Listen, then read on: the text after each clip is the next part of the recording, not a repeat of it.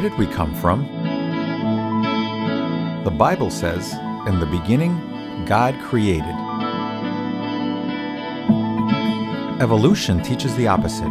No one created. It all happened by itself. Which one is the truth? This is Headquarters. Doc M. Jackie. And Rich.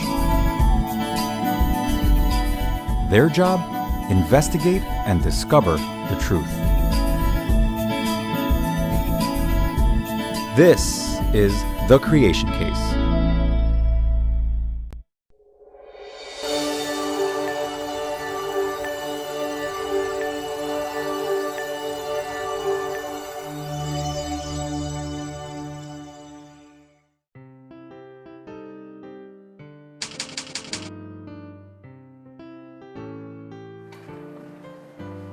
Jackie, Yes, Doctor? I love getting emails, but this one is especially far out. Really? What does it say? Well, it's from Kevin in Perth, Australia. Perth? Wow, that's pretty far out. It is. He writes, "Good day, Doc M. How you doing, mate?" Doc M, you don't have to try to talk with an Australian accent. Oh. Well, he writes, "Last night I was watching my favorite TV show, Space City Ranger." That's nice. "I never miss an episode. In this episode, General Nova sent RG-89 back in time 1,000,000 years in a time machine to save planet Aurora. I know, these are just stories, but it seems like all space stories take place way in the future or way in the past. Is there anything in real life about space that can tell us about creation? Cheers, Kevin." Wow, that's pretty impressive. He must really like that TV show, considering he's never missed an episode. Well, I've heard it's a pretty interesting show. I guess, but can something so far from the truth even be that entertaining? Yes. Doc M, is that a Space City Rangers t-shirt? What are you talking about? Doc M, what does your t-shirt say?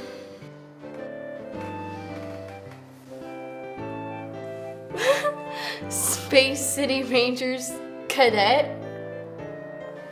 What? Tell me you don't want a cool t-shirt like this. No, I'm good. I'm just gonna get this whole space thing over to Rich, see if he can investigate it. By the way, where is Rich anyway? I don't know, but I do recall him saying something about trying not to get stuck. Stuck? What is he up to today?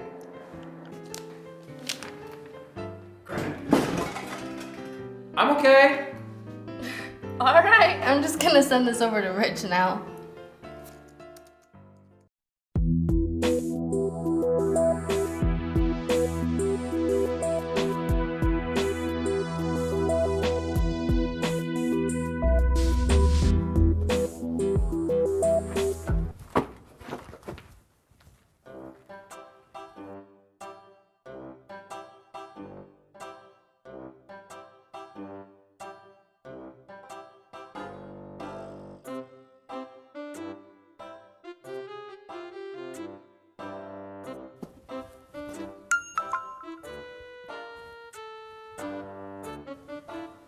Hey, I think we have a message from HQ.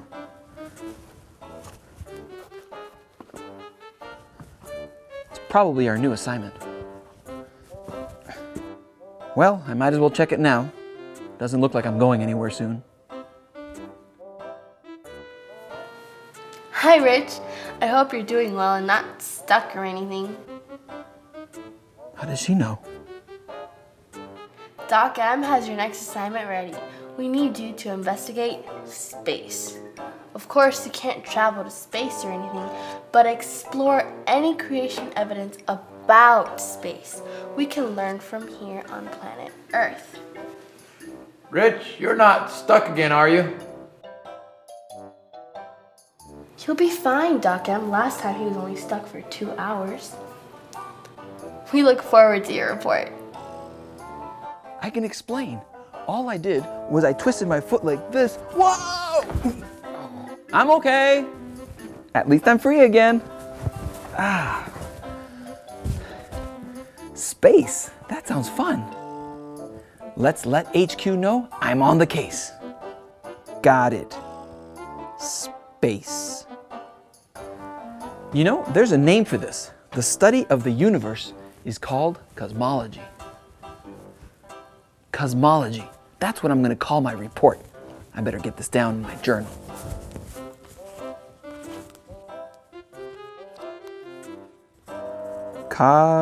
Cosmology.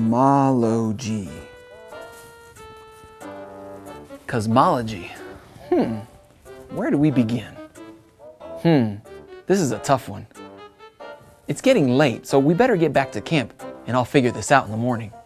Right now, let's get out of this slot canyon, hopefully without getting stuck again.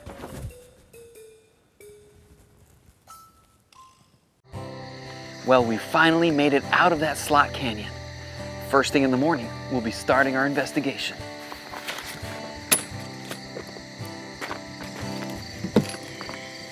Wow, what a great night to look at stars. A lot of people look to space for answers on how and when everything started. Fortunately, the Bible tells us how the universe began. It's interesting how man's science books are constantly changing as scientists discover they're wrong and have to correct them. You know, the nice thing is that the Bible never changes. It never needs to. It's the Word of God. Still, does the Bible say anything about space or cosmology? The book of Job refers to planet Earth as suspended in space, and Isaiah refers to the Earth as being round. Remember, some ancient cultures thought the world was flat.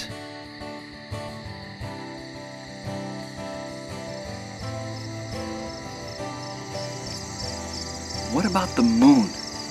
I set up my telescope because it's a beautiful clear night. Why don't we take a peek? The moon, quite an amazing object floating in our sky. Secular astronomers have lots of questions, but few answers about the moon. How long's it been there? How did it get into such a nice orbit? How did it get perfectly round? That's not all. There's more problems.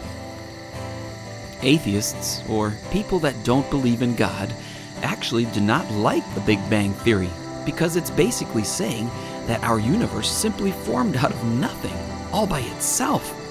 They're realizing that it's not a very scientific explanation to say that our wonderful complex universe simply created itself.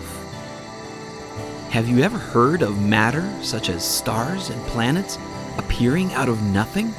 Or energy appearing out of nothing? Or what about space? How does space get made? Or what about time? How could the idea of time have created itself? I think I'm going to write that down in my journal.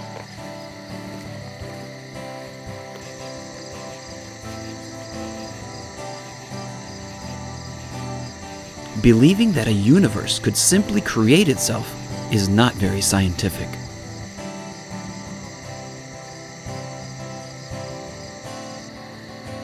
You know, this is a nice little telescope, but people that look deep into space use larger telescopes. Optical telescopes look into space, and radio telescopes listen to space. We should go visit one.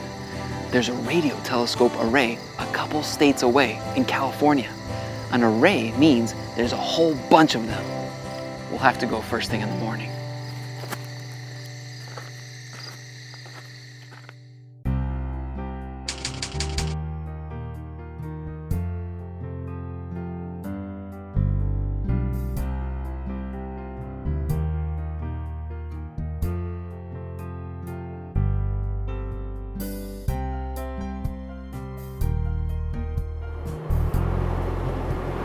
Telescopes are always located far away from everything.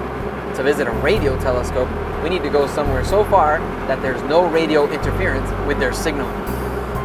You know, today's a great day for a bike ride, so I have my bike on a rack, and we're gonna ride the last little way in to the telescopes.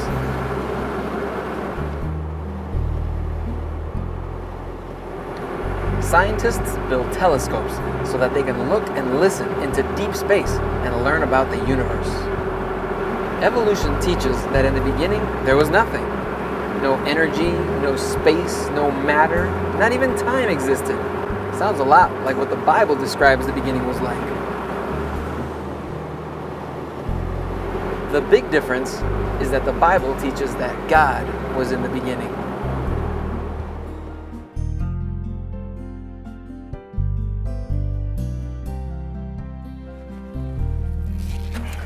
So, back to evolution. They say in the beginning that time and space didn't even exist. The idea is that somehow, about 14 billion years ago, a microscopic object appears out of nowhere and starts growing. Time, space, and matter is somehow formed. They call this the Big Bang Theory.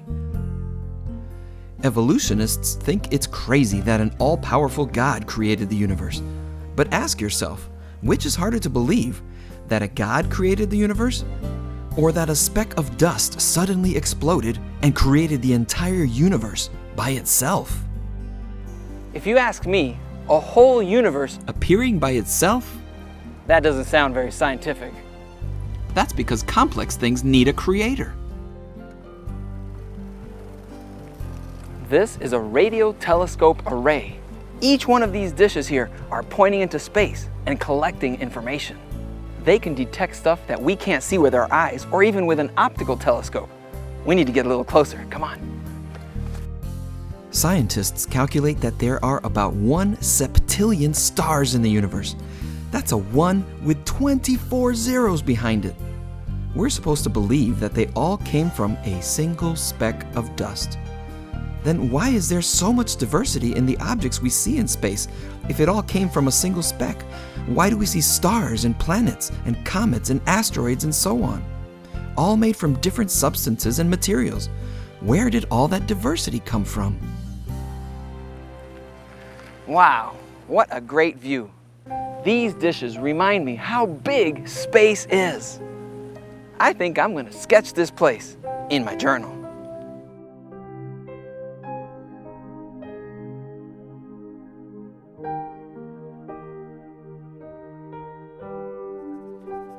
You know, if we do the math backwards, we should actually see 32,000 stars forming every second for the last 20 billion years.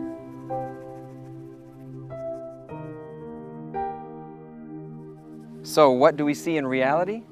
In the last couple thousand years that man has been studying the stars, we have never seen a single new star formed. Not one.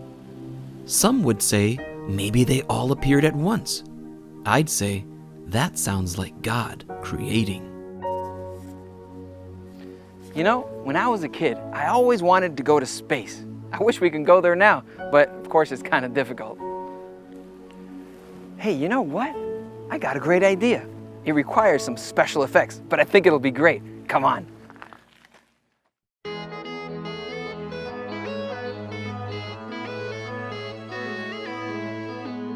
Wait, don't leave! We have bloopers! Like this crazy wind! Stop! Object that is also orbiting our sun. Orbiting our sun. I kind of fell over. Something about... Forgot what he said. As they orbit our planet.